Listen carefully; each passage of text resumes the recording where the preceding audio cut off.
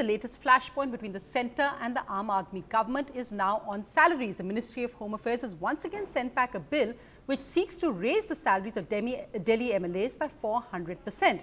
But Deputy Chief Minister Manish Sisodia points out that what about other elected representatives whose assets increase in 5 years by more than that amount?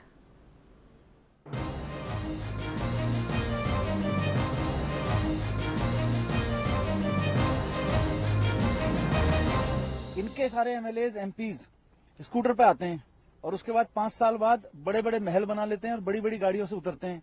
वो कहां से आता है पैसा, इनको formula नहीं, या तो ये फॉर्मूला बता दें या हमारे एमएलए की तनख्वाह बढ़ा दें, दोनों में से एक काम तो करें। A new flashpoint between Delhi's AAP government and the centre, with the Delhi Deputy Chief Minister hitting out at the centre.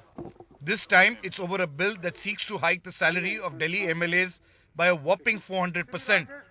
For the second time, the Home Ministry has returned the bill, asking for more clarification.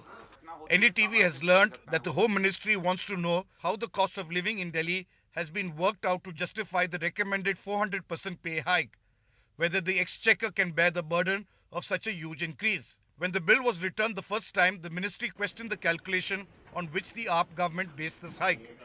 I will not comment on that because Aam Aadmi will try to create issue out of whatever I say. I don't want to react on that.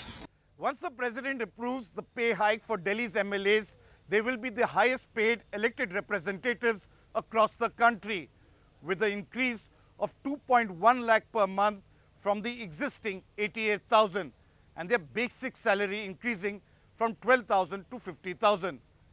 With camera person Sushil Rathi, Sunil Prabhu, NDTV.